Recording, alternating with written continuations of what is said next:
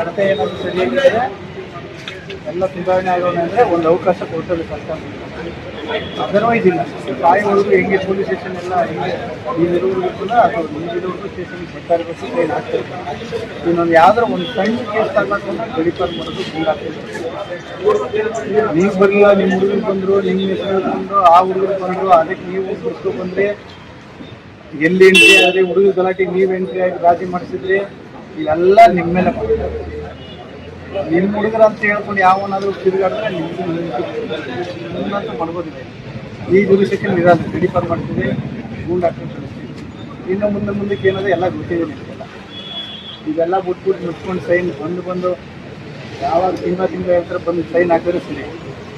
ಇವೆಲ್ಲ ಡೀಟೇಲ್ಸ್ ತಗೊಳ್ಳಿ, ಆಧಾರ್ ಕಾರ್ಡ್ ತಗೊಳ್ಳಿ, ಬ್ಯಾಂಕ್ ಸ್ಟೇಟ್ಮೆಂಟ್ ತಗೊಳ್ಳಿ, ಏನು ಕೆಲಸ ಮಾಡ್ಕೊಂಡು ತಗೊಳ್ಳಿ, ಫೋನ್ ನಂಬರ್ ತಗೊಳ್ಳಿ.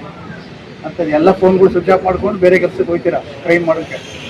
ಮತ್ತೆ ಇದು ಪೊಲೀಸ್ ಗೊತ್ತಾಗಬಾರ್ದು, ಲೊಕೇಶನ್ ಅವೆಲ್ಲ ಮಾಡ್ತೀರಾ. ಅವೆಲ್ಲ ಮುಚ್ಕೊಂಡು ಎಲ್ಲ ಸಮಾಜ ನೆನ್ಪಿರ್ತಾರೆ ಬರ್ತೀವಿ ಸರಿ. ಏನಾದರೂ ಇಲ್ಲಿಗಲ್ ಮಾಡಿ ರೌಡಿಸಮ್ ಮಾಡ್ತೀನಿ, ಗೂಂಡ ಮಾಡ್ತೀನಿ, ಏನೋ ನಿಮ್ಮ ಹೆಸರು?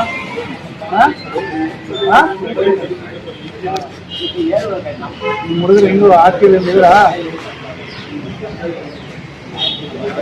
ಎಷ್ಟು ಹುಡುಗರು ಅವ್ರಿಗೆ ನಿಮ್ಮ ಜೊತೆ? 5 ಜನ. ಏನ ಅವ್ರಿಗೆ 5 ಜನ ಇದ್ದಾರಾ? 5 ಜನ ಇದ್ದಾರಾ? ವಾರ ಬರಬೇಕು ಅಂತ ಹೇಳಿದ್ರು. 5 ಜನ ಕರೆಕ್ಟಾಗಿ ಇಟ್ಕೊಂಡಿದ್ದೀವಿ.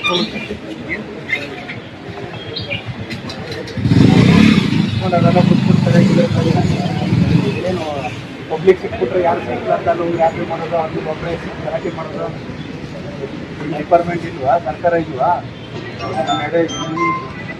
ಏನು ಮಾಡಬೇಕು ಅದು ಮಾಡ್ತದೆ.